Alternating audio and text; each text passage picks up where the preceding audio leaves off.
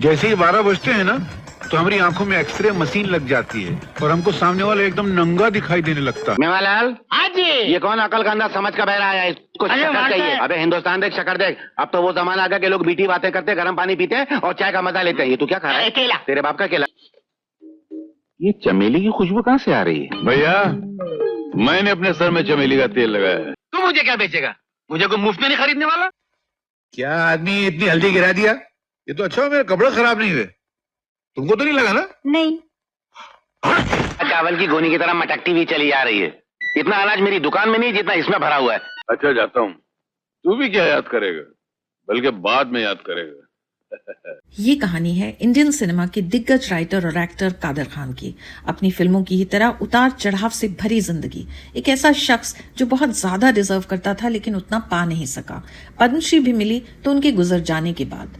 हाँ, ये जरूर है कि उनको याद रखने वाले और उनके काम के दीवाने लाखों लोगों के दिलों में कादर खान हमेशा बसे रहेंगे और शायद वही एक कलाकार के जीवन का सबसे बड़ा पुरस्कार होता है। कादर खान ने अपना लंबा फिल्मी सफर 1970 के दशक की शुरुआत में किया। 300 से भी ज्यादा फिल्मों में अभिनय किया और करीब 250 फिल्मों के लिए डायलॉग लिखे। कैसे शुरू हुआ उनका फिल्मी सफर, इसकी कहानी भी किसी पिक्चर की स्क्रिप्ट से कम नहीं है। 1942 में महबूब खान साहब की फिल्म रोटी में एक बुजुर्ग एक्टर थे जिनका नाम अशरफ खान था। वो साथ साथ एक नाटक भी तैयार कर रहे थे जिसके लिए उन्हें एक छोटे से राजकुमार की जरूरत थी। करीब 8-9 साल का लड़का जो 40 पन्नों का संवाद याद करके लाइव ऑडियंस के सामने बोल सके। उस दौर में कादर खान बेहद गरीब बस्ती में रहते थे। उनकी माँ उन्हें नमाज के लिए मस्जिद भेजती थी, लेकिन वो अक्सर मस्जिद से गायब होकर कब्रिस्तान में 2 कब्रों के बीच अकेले बैठ जाते थे।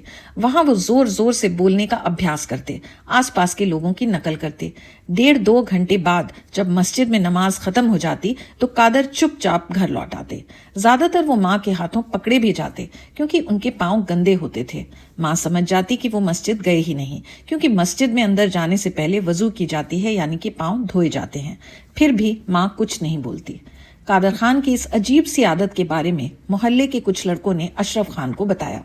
अशरफ को बड़ी हैरानी हुई कि ये कौन लड़का है जो देर शाम कब्रों के बीच बैठकर चिल्लाता और बोलता रहता है।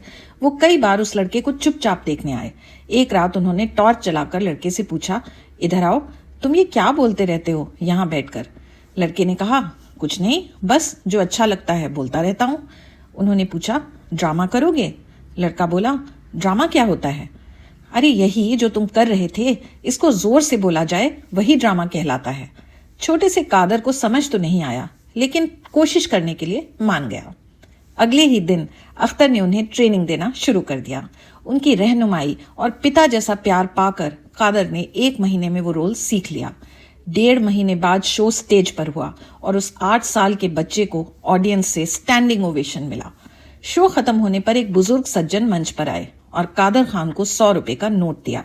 बोले, इसे संभाल कर रखना, ये तुम्हारा सर्टिफिकेट है, बहुत कम उम्र में मिला है तुम्हें मेरी दुआएं। वो उस बच्चे का सर सहलाकर गायब हो गए। वो 100 रुपए का नोट कादर खान सालों तक अपने पास संभाल कर रखे रहे। लेकिन गरीबी एक ऐसी चीज है जो तमगे और ट्रॉफी तक बिकवा देती है। मजबूरी में वो पैसे भी खर्च हो गए ताकि घर में कुछ खाने का इंतजाम हो सके। अब थोड़ा पीछे चलते हैं और जानते हैं कि कादर खान यहाँ तक पहुंचे कैसे। 22 अक्टूबर 1937 को उनका जन्म एक मुस्लिम परिवार में हुआ था, और वो भी इंडिया में नहीं, काबुल में। उनके माँ बाप काफी गरीब थे, घर में खाने तक के लाले पड़े रहते थे। कादर से पहले उनके 3 भाई जन्मे थे, लेकिन 8 साल की उम्र तक पहुंचने से पहले ही तीनों की मौत हो गई। जब कादर का जन्म हुआ तो उनकी मां को लगा कि काबुल की आबो हवा शायद उनके लिए ठीक नहीं, और वो परिवार समेत भटकते हुए बंबई आ गई। खान परिवार वहां किसी को नहीं जानता था। अनजान मुल्क, अनजान शहर, जेब में पैसे नहीं। जगह मिली तो कमाठीपुरा में, एशिया का सबसे बदनाम इलाका, जहां हर तरह का गलत काम, नशा, जिस्म फरोशी सब चलता था। कादर खान वहीं पले बढ़े, वहीं अपनी सिविल इंजीनियरिंग भी पूरी की। उन्होंने एक इंटरव्यू में बताया, कई बार मैंने सोचा कि दूसरे लड़कों की तरह काम करूं, होटल या वर्कशॉप में कुछ कमा लूं ताकि घर में खाना आ सके। एक दिन मैं नीचे जाने वाला था कि मेरी माँ ने कंधे पर हाथ रखा और कहा, मुझे पता है तू कहाँ जा रहा है, 2-3 रुपए रोज कमाएगा, फिर सारी जिंदगी यही करता रहेगा। अगर सच में इस घर की गरीबी मिटानी है तो पढ़। उन्होंने जिस अंदाज में पढ़ कहा वो मेरे अंदर पारे की बूंद की तरह उतर गया। मैंने तय कर लिया कि मैं माँ को धोखा नहीं दूंगा और जी जान से पढ़ाई में लग गया। हमारे पास 2 कमरों की भी जगह नहीं थी।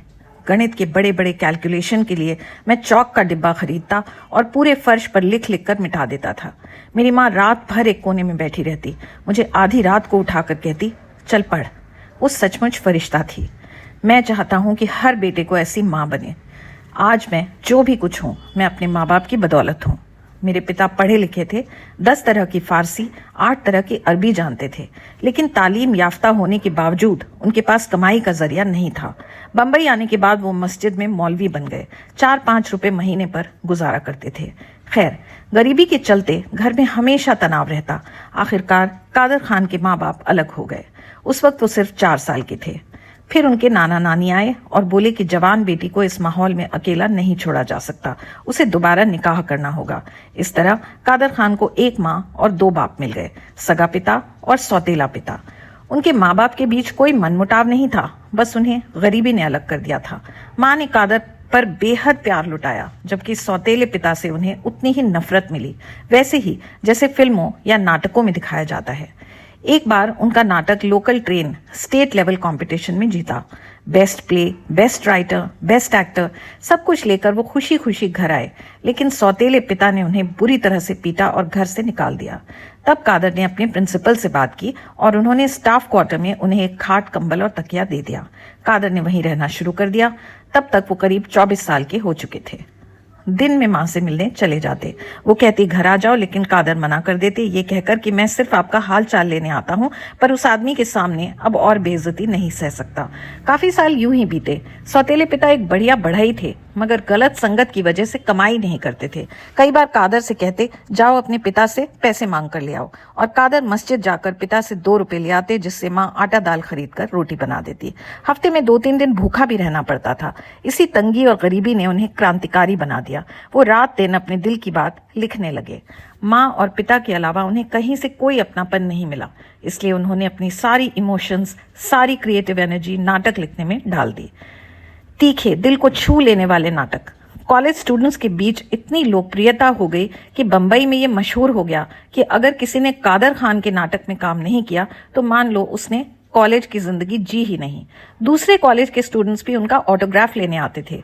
इस तरह उन्हें काफी कम उम्र में शोहरत मिलने लगी। और अगर आपको लगता है कादर खान की यहाँ तक की कहानी दिलचस्प है, तो इमेजिन अभी तो असली कहानी शुरू भी नहीं हुई।